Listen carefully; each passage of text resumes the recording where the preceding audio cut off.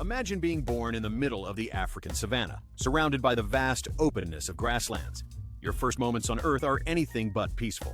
There's no warm embrace, no comforting lullaby, just the raw reality of the savanna. The earth beneath you feels hard, and the air is filled with the scent of predators lurking in the distance, waiting for an opportunity. And you, a newborn zebra, are expected to immediately rise up and run. No time for stretching, no time to figure out how your legs work. Why?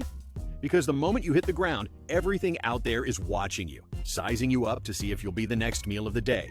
You're wobbly, struggling to stand, your hooves slipping beneath you like a newborn trying to walk for the first time. Every inch of your body feels like it's betraying you. Your muscles sore from being born in the first place. But you don't have the luxury of time. You can't afford to stay down for too long.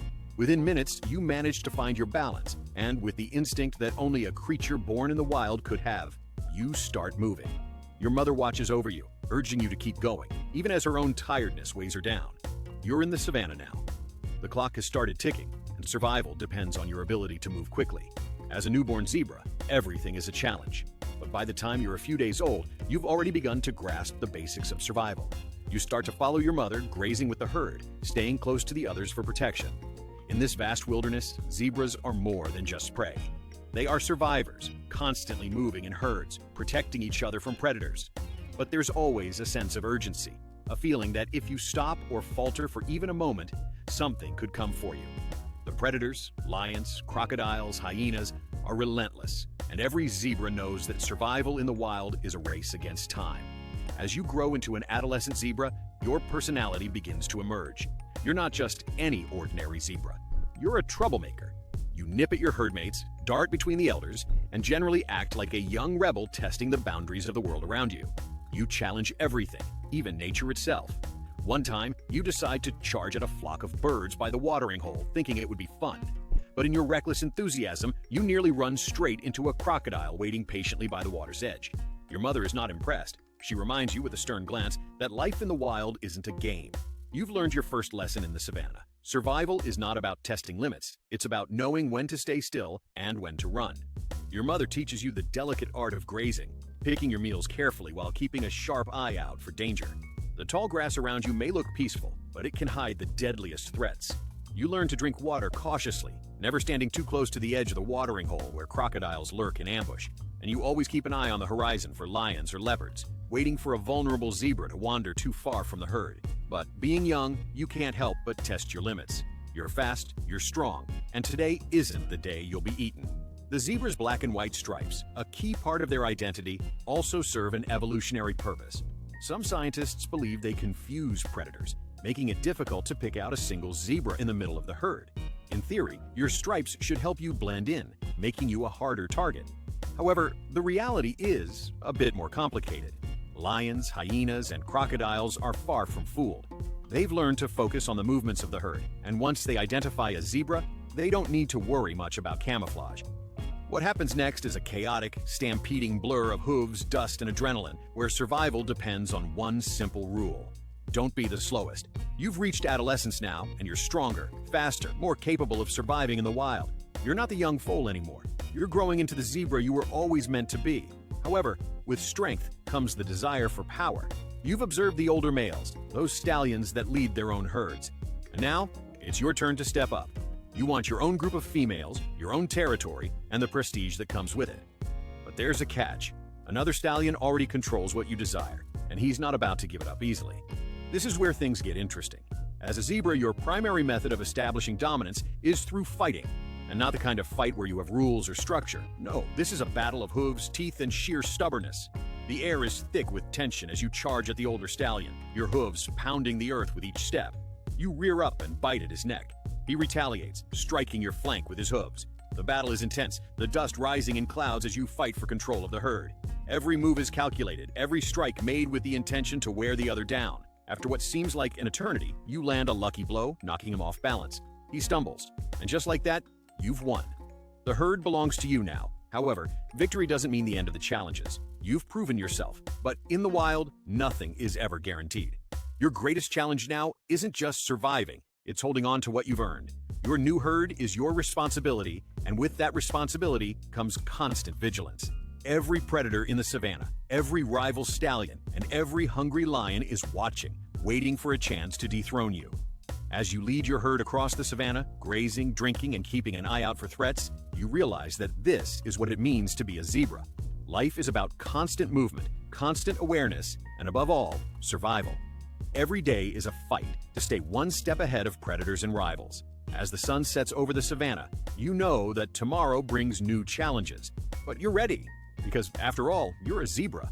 And in the African wilderness, that means you were born to run. Years roll by, and the vibrant energy of youth begins to fade into the more somber reality of maturity.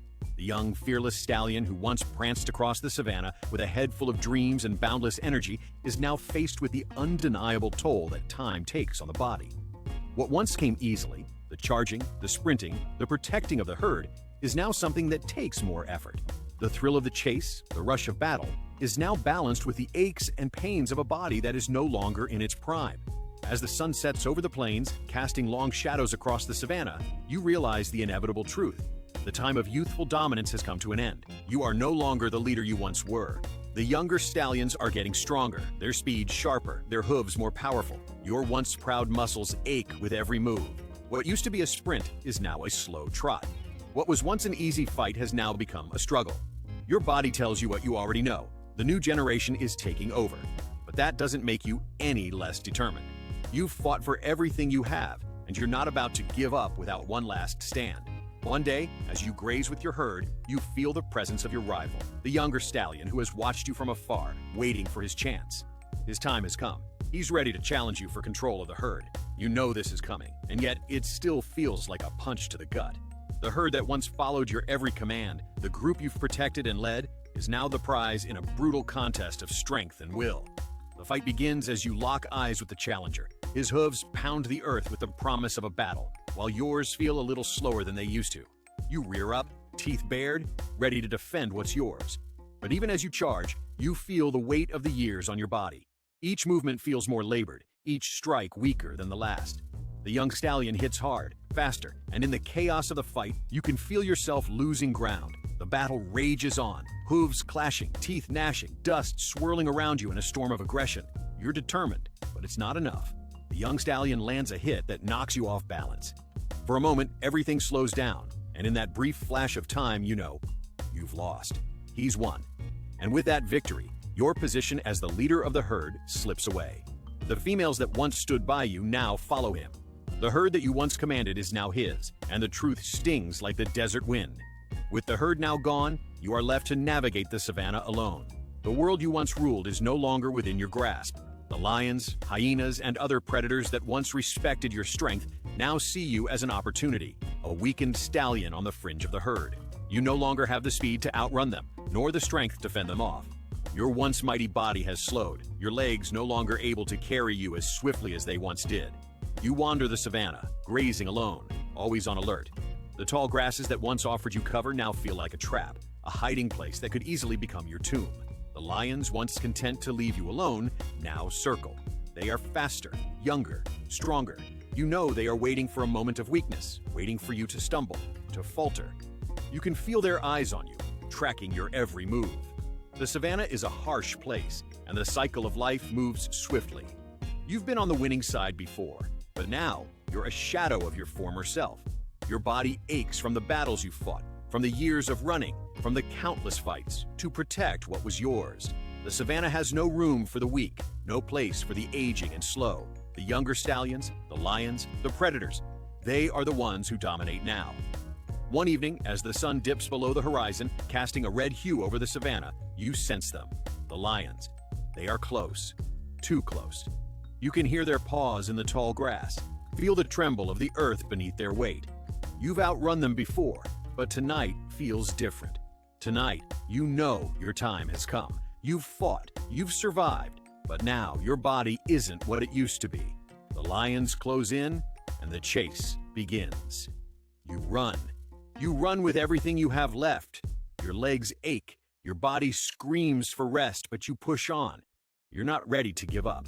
But the lions are faster. Their claws dig into the earth, their muscles rippling with the power of youth.